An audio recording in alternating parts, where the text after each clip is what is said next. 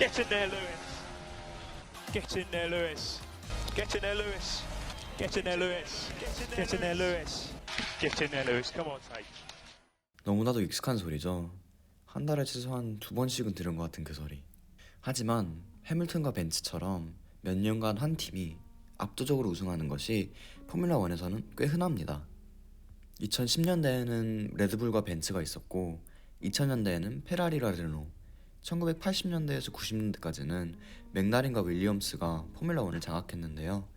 이처럼 포뮬라1은 항상 새로운 규정 변화에 특히나 강한 팀들이 존재했습니다. 하지만 2010년대로 들어가면서 점점 더 탑팀들과 미드필드 팀들의 격차가 나기 시작하면서 포뮬라1에서 치열했던 경쟁이 점점 사라져 나갔습니다. 조금 오래되긴 했지만 2020년 시즌만 봐도 그나마 벤츠를 페이스로 경쟁할 수 있었던 레드불은 평균 0.5초 차이가 났고 중위권에서 가장 탑이었던 맥라렌도 1초 차이나 났습니다. 물론 2021년 시즌에서는 레드불이 혼다 덕분에 벤츠랑 페이스가 비슷한 차량을 내세우긴 했지만 여전히 중위권 팀들과는 천차만별이었습니다. 2020년도 시즌 각 팀의 예산과 시즌 순위를 보면 이 둘의 상호관계가 보입니다.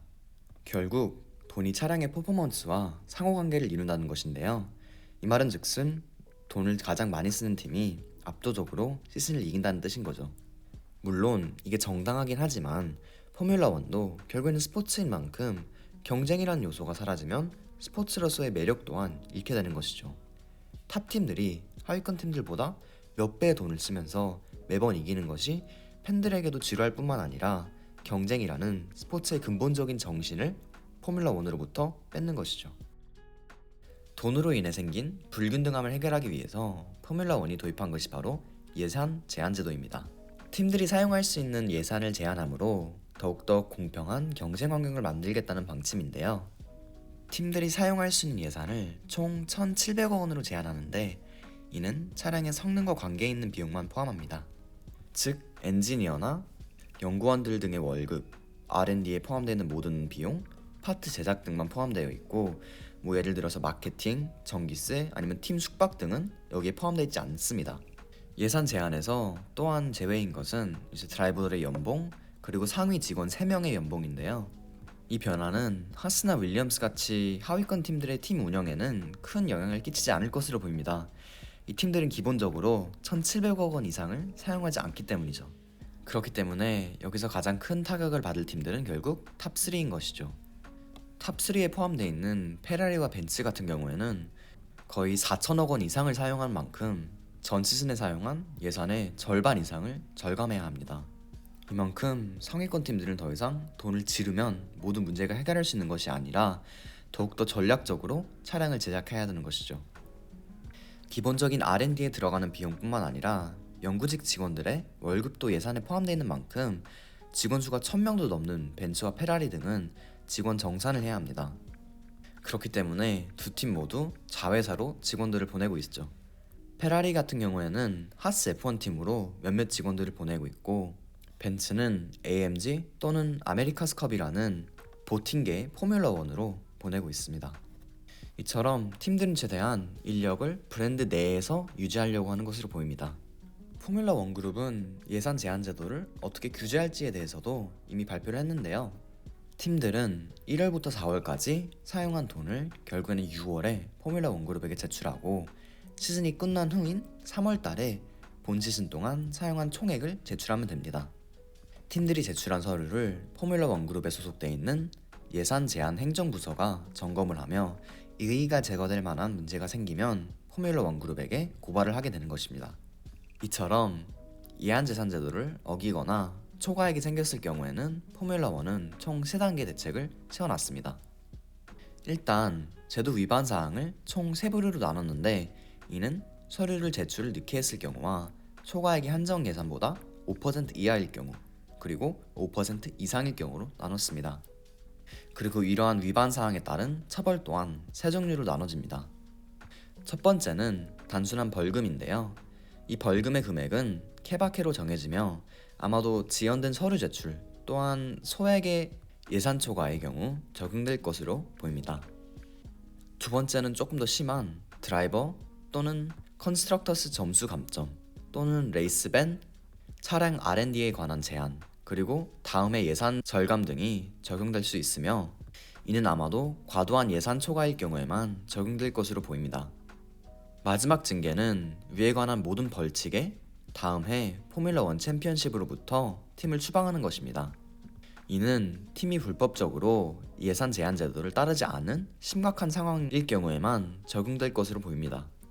불법적인 행동에 대한 얘기가 나온 김에 이번 예산 제한 제도의 허점에 대해서도 들어가 봅시다. 조금 전에 말했다시피 이번 예산 제한 제도는 차량의 R&D에 관한 모든 지출이 포함되어 있기 때문에 팀들이 돈의 배분을 전략적으로 해야 하는데 벤츠, 페라리, 르노 같은 팀들은 단지 본회사의 자회사 중 하나인 만큼 본회사 또는 다른 자회사에서 대신 R&D를 해주고 그 정보를 F1 팀에게 결국 흘려주면서 돈을 아낄 수 있는 것이죠. 이는 결국 따로 자회사가 없는 레드불 또는 윌리엄스 같은 팀들에게는 더욱더 불리한 상황을 만드는 것입니다. 이러한 자회사들 간의 정보 교환은 원래 꽤 흔했습니다.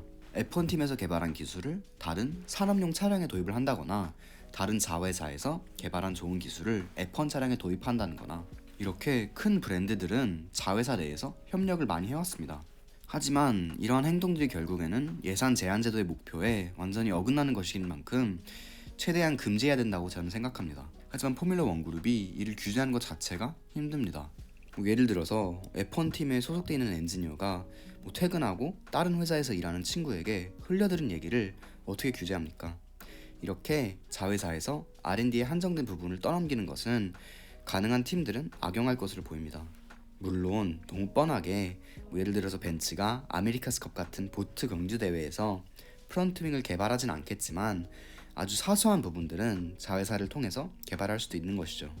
포뮬러1에서는 이런 작은 이득들도 중요한 스포츠인 만큼 어떻게 보면 이게 아주 큰 영향을 미칠 수 있다고 봅니다.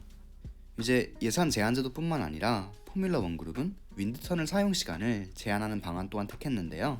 이를 통해서 하위권 팀들에게 혜택을 주려고 하는 것입니다. 이는 시즌 끝에 가장 순위가 높은 팀 순서로 R&D의 핵심적인 윈드터널 사용 시간을 제한하는 제도인데요. 이미 이번 2022년 시즌 개발에도 적용이 되었습니다.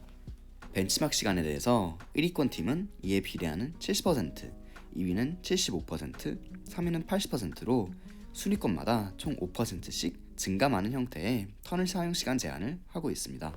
이를 통해서 2021년 시즌 꼴찌였던 하스는 벤치마크 시간에 115%의 윈드 터널 테스팅 시간을 받게 되며 우승팀이었던 벤츠보다 45% 이상의 시간을 받게 되는 것이죠.